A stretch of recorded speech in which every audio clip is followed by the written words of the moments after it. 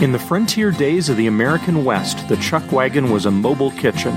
In my Agile Chuck Wagon, I have the Agile, the Lean, the leadership, the programming techniques you need to bring your bland software implementation to life. You bring the project, I'll bring the fire. Let's get cooking.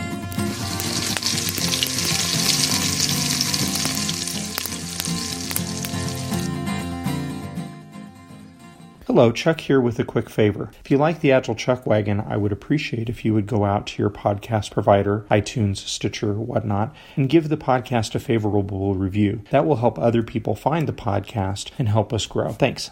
Good morning. Today on the Agile Chuck Wagon, I'm going to speak to you about OKR. I'm recording this in the spring of 2019, and I'm thinking about cascading goals from my management down to my direct reports. And OKR is a framework for defining and tracking goals. It was created by Andy Grove, who was a key figure in the semiconductor revolution. He detailed OKRs in his book High Output Management in 1983. So this technique has been around for over 30 years. This episode of the Agile Chuck Wagon was inspired by a slide deck I saw on LinkedIn by a gentleman named Andrew Setudal, and he created OKRs for the Empire in the Star Wars universe. OKRs are comprised of an objective, which is just a clearly defined goal, and one or more key results, specific measures that you use to track the achievement of that goal. The word OKR is an acronym for Objective Key Results. If you're a direct, you want to think your objectives are my key results. OKRs are a good fit in organizations where managers know what needs to be done, but the direct reports know how it needs to be accomplished. The important thing about a key result in an OKR is that it needs to be binary. It needs to be black and white. You need to know without a shadow of a doubt whether you succeeded or you failed at that goal. So therefore, they definitely need to be measurable. They need to be ambitious, and they should be written by the direct report and not by the manager. Because remember, the key results are talking about the how of accomplishing the goal, and we said earlier that OKRs are in good fit for places where the directs know the how. If you have the managers writing the OKR, you miss out on some opportunities. An example of this comes from Andrew's slide deck, where he gives an example of the Emperor talking to Grand Moff Tarkin and saying, "I need an unstoppable superweapon." And Grand Moff Tarkin says, actually, I think it would be better to rewrite it as, build a planet-destroying Death Star. Here, the Emperor is saying what he wants accomplished, and Grand Moff Tarkin is providing a way to accomplish this goal. Since Andrew did this for the Empire, I thought I would do this for the Rebel Alliance for your amusement and edification, hopefully. An example would be at the end of Revenge of the Sith, where Yoda is basically telling Obi-Wan that his objective is to preserve the Jedi Order. Actually, Yoda gives two objectives to Obi-Wan in that scene. One is to preserve the Jedi Order through Luke, and the other is to further his knowledge of the Force. I'm going to focus on preserving the Jedi Order through Luke.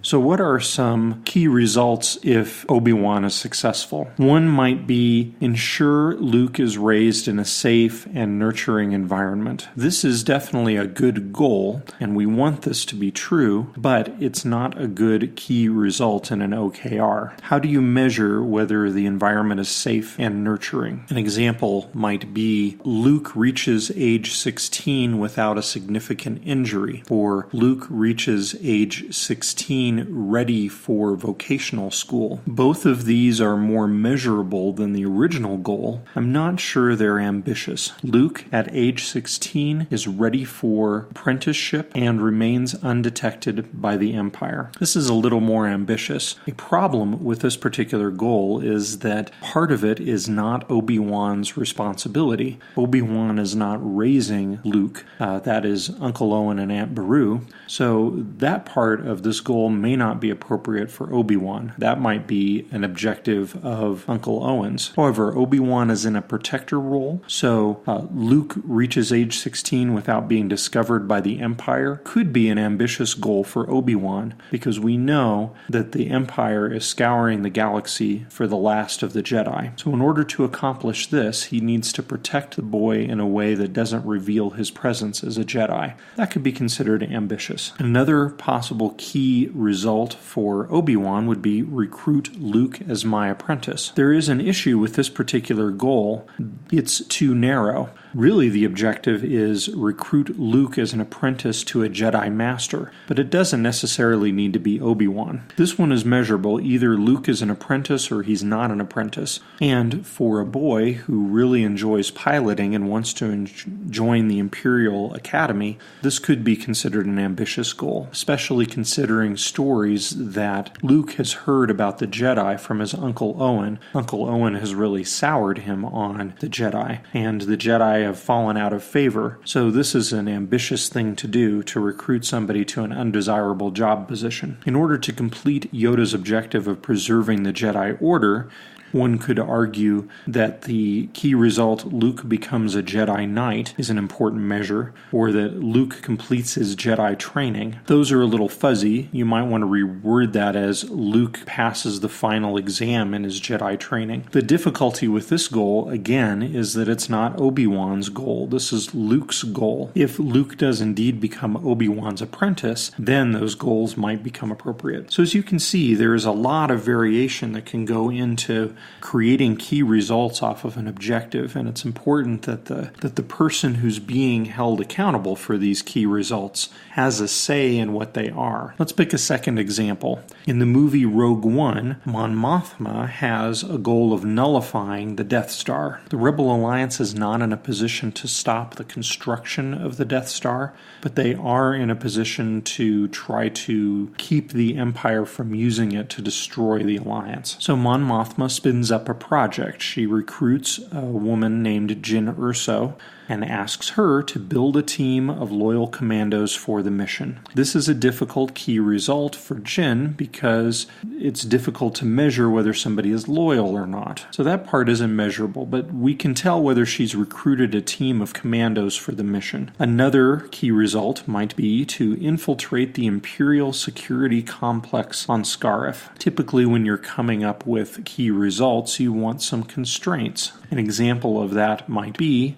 instead of saying deliver the Death Star plans to Leia, the key result might read, deliver the Death Star plans to Leia with less than 20% losses. I hope these examples have been a fun way to get you thinking about objectives and key results and a different way of cascading goals down. In many organizations, goals are just cascaded from the top, unaltered, down to individuals. And by the time that you get from the CTO to an individual developer, the goals are vague and hard to act on. So to sum up, we've been talking about objectives and key results. Key results need to be binary, black and white, success or fail. They need to be measurable, for example, a statistical measure. They need to be ambitious, and they should be written by the direct, not the manager. Thanks very much for listening. We'll catch you next time.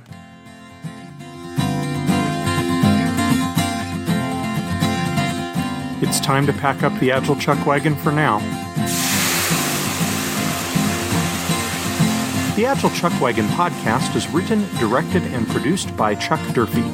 Chuck is a software development manager and Agile coach in the Denver area. Thanks to Audionautics.com and freesound.org for the backing music and sound effects. You can reach this podcast on Twitter at AgileChuckWagon or by email at chuck@agilechuckwagon.com for comments and episode suggestions.